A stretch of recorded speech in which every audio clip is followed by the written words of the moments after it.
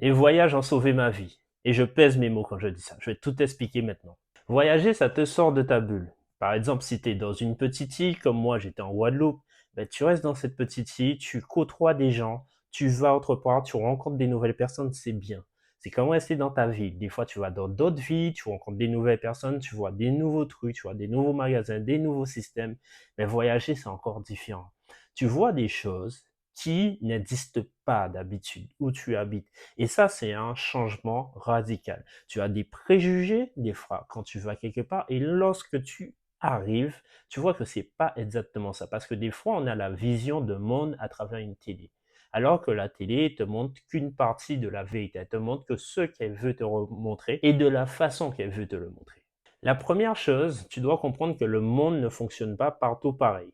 Tu as une logique de pensée. Ta logique de pensée entre bien et mal, chez toi, peut être d'une certaine façon et d'une autre façon autre part. J'ai pas d'exemple en soi-même, mais je me rappelle de mon premier voyage lointain, parce que mon premier voyage c'était en Martinique, donc la rivalité Guadeloupe-Martinique déjà, et bien je voyais que les Martiniquais n'étaient pas aussi méchants qu'on prétendait, et j'ai été plutôt bien accueilli, même si je me rappelle on avait gagné les matchs, mais c'était ça, c'était par rapport au handball. Mais un autre pays que j'ai pu faire très jeune, donc lorsque je dis très jeune, c'est à l'adolescence, et que je m'en souviens parce que j'ai sûrement voyagé quand j'étais enfant, eh ben, c'était en Sicile. Je suis allé en Sicile et effectivement, je connaissais pas vraiment le racisme. Et c'est l'un des premiers pays où j'ai vu que on était traité bizarrement. Donc bizarrement, c'est on a eu un problème de bus au bord de la route et effectivement, les gens nous regardaient bizarrement, ils disaient des trucs dans leur langue qu'on comprenait pas et on voyait qu'on n'était pas aussi bien accueillis, même si certaines personnes nous accueillaient bien, mais il y avait un problème sur peut-être notre couleur de peau ou comment on se comportait, mais on se tenait une certaine distance. C'est ce qui était normal parce que la Sicile est un petit peu connue pour sa mafia et tout ça. Mais dans l'ensemble, c'est une bonne chance. Découvrir un nouvel endroit, découvrir d'autres personnes, découvrir d'autres mentalités, c'est quelque chose de super cool.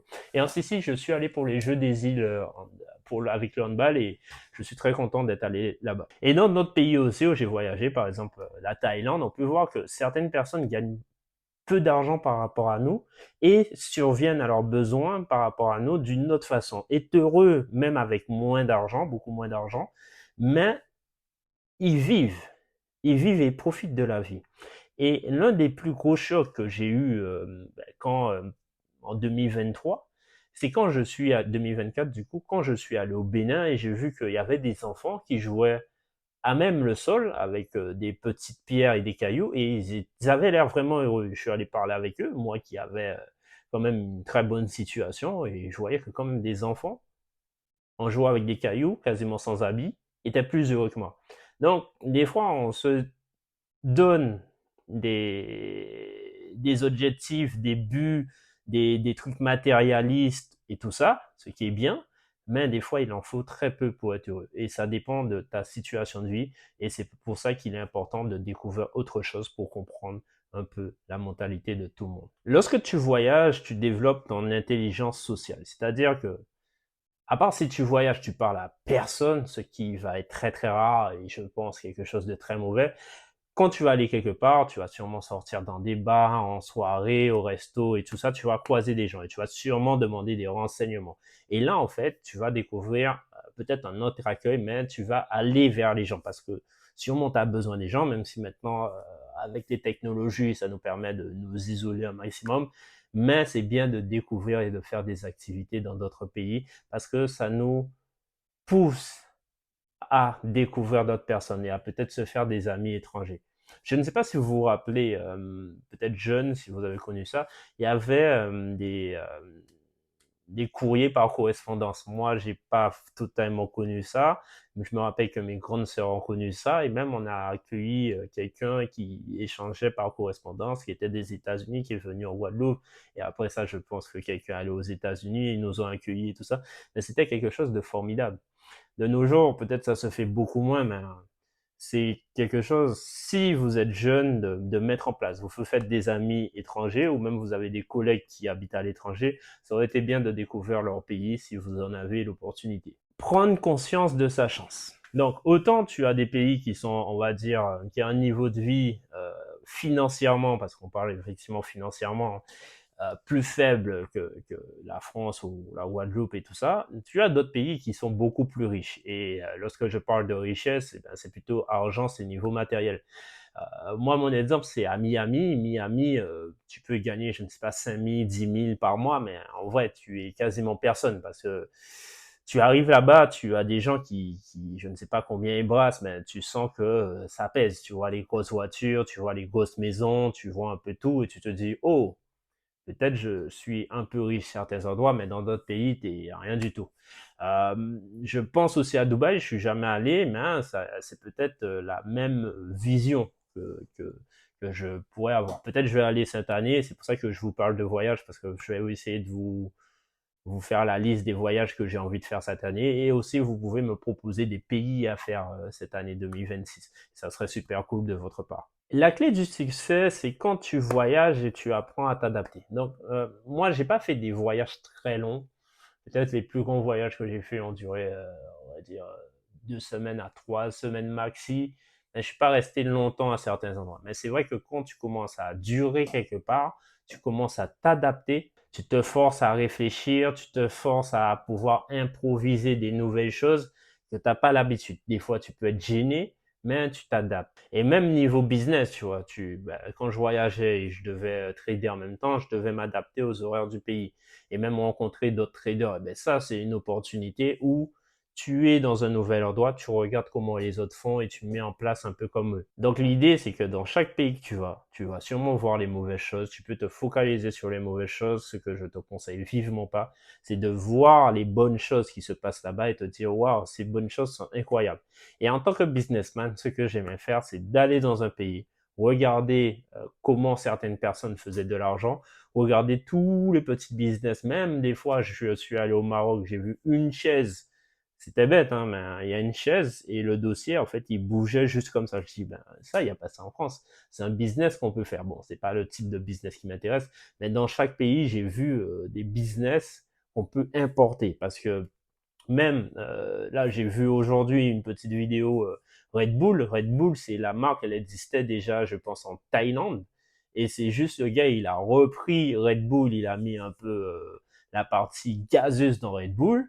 Et c'est pour ça que Red Bull, maintenant, c'est une compagnie qui explose. On est d'accord là-dessus.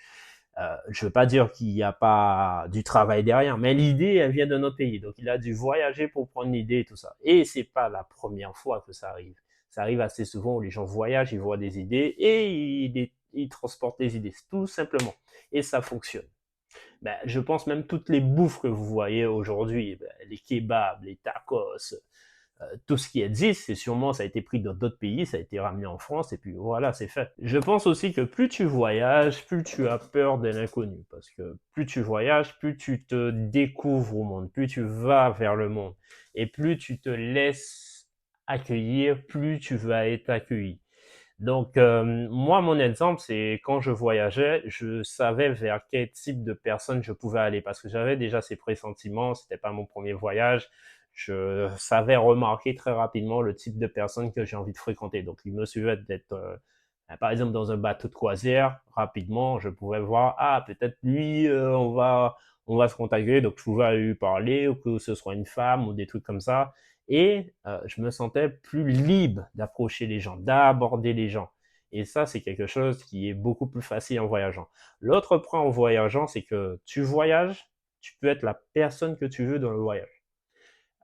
Si, comme moi, tu peux être quelqu'un de timide en France ou tout ça, tu voyages, tu te dis, je suis plus timide, je peux faire tout ce que je veux. Parce qu'en étant dans un autre pays, tu peux te dire tout simplement que dans ce pays, je suis une nouvelle personne. Si j'ai envie de parler aux nouvelles personnes, j'y vais. Parce que personne ne me connaît de toute façon. Et j'ai totalement rien à perdre. L'autre point, c'est que tu pourras rencontrer des gens que tu n'aurais jamais rencontrés dans ton pays. À part s'ils viennent en vacances et que le hasard fait que vous vous rencontrez. Quand vous allez dans un autre pays, moi, l'une des choses que je fais, c'est d'aller regarder un peu les musées, histoire de voir les histoires que le pays raconte, parce que chaque pays a sa version de l'histoire. Généralement, j'allais faire une petite phrase que j'oublie. Les vainqueurs l'écrivent, les perdants racontent l'histoire. Ben, dans chaque pays, chaque personne raconte son histoire généralement. Même si ce sont des perdants, c'est important d'avoir l'histoire de ce pays. L'autre point, c'est d'aller dans votre domaine. S'il y a des rendez-vous, s'il y a des conférences, par exemple, de traders, d'entrepreneurs, moi, généralement, je profite dans ces pays d'y aller. S'il y a des traders connus dans ce pays, je vais les contacter, je vais dire, hey, salut, je suis dans ton pays, qu'est-ce qu'on fait? La dernière fois, je suis allé à La Réunion, j'ai rencontré un trader connu là-bas, on a fait un podcast ensemble qui normalement devrait sortir bientôt si la bonne son est bonne, et juste à l'occasion, juste en dessous, je vous mets le lien de mes vidéos YouTube podcast qui vont pas tarder à venir, même s'il y a un peu de retard, désolé pour tout ça. L'autre point, c'est que voyager te montre que tout est possible. Quand je dis ça, c'est que si on reprend toute la liste des choses que j'ai fait et que tu les appliques, ben tu vas voir que tu vas rencontrer des gens qui sont vraiment partis de rien. Ils sont vraiment partis de rien, et quand je te dis de rien, nous, on a une idée de rien en France, en Guadeloupe, ou peu importe où tu habites, en droit francophone. Rien, c'est voilà, peut-être t'es à la rue. Mais eux, c'est même pas ça. C'est encore plus loin. Ils sont encore plus bas. Ils sont loin de loin. Ils étaient pas à la rue. C'est pire. Je peux pas expliquer. Je vais pas rentrer dans les détails. Peut-être YouTube va strike la vidéo.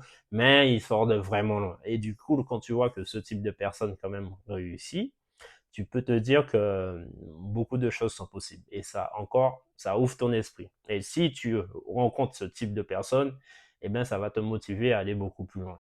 Et le dernier point, c'est que voyager, ça te forge. Effectivement, tu peux lire des livres, avoir l'histoire des gens, regarder des vidéos, regarder des films sur un pays. Mais quand tu voyages, c'est totalement autre chose. Là, tu as des souvenirs qui, normalement, ne vont pas partir, à part si tu as la maladie de Parkinson. J'espère que c'est cette maladie ou peut-être une autre. Eh bien, ça reste dans ton cerveau. Et ça, c'est inoubliable. Donc, tu te forges, tu as une puissance que les autres n'ont pas parce qu'ils n'ont pas vécu dans d'autres pays, n'ont pas vu ce que tu as vu, qui, du coup, est possible maintenant pour toi. Donc, tu deviens automatiquement plus fort. Donc en conclusion, moi je peux dire que voyager, ce n'est pas qu'une histoire de vacances, qu'une histoire de repos. C'est aussi t'éduquer. Tu vas dans un autre pays, tu découvres des choses, tu grandis.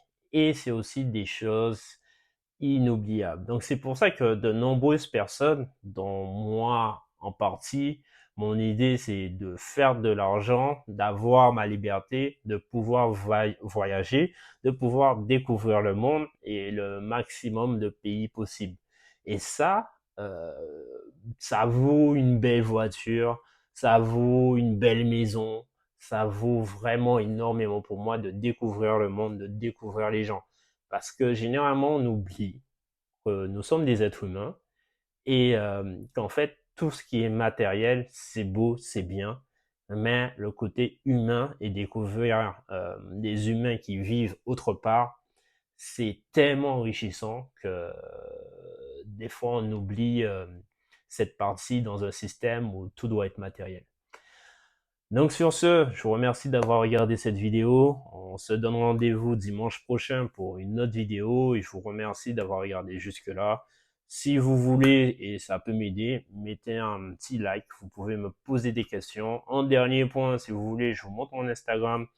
Il y a tous les drapeaux, normalement, ici, ici, ici, et vous voyez, c'est chaque pays que j'ai visité. Donc il y en a plus de 30. J'espère arriver à faire 5 pays cette année, ça serait cool. Si j'en fais un peu moins, c'est pas grave, j'en ai déjà fait beaucoup et mon idée c'est continuer d'explorer le monde parce que le monde il est grand, on a la chance de pouvoir voyager, j'ai de la chance de pouvoir générer de l'argent avec mon activité. Donc, je vous remercie, au revoir.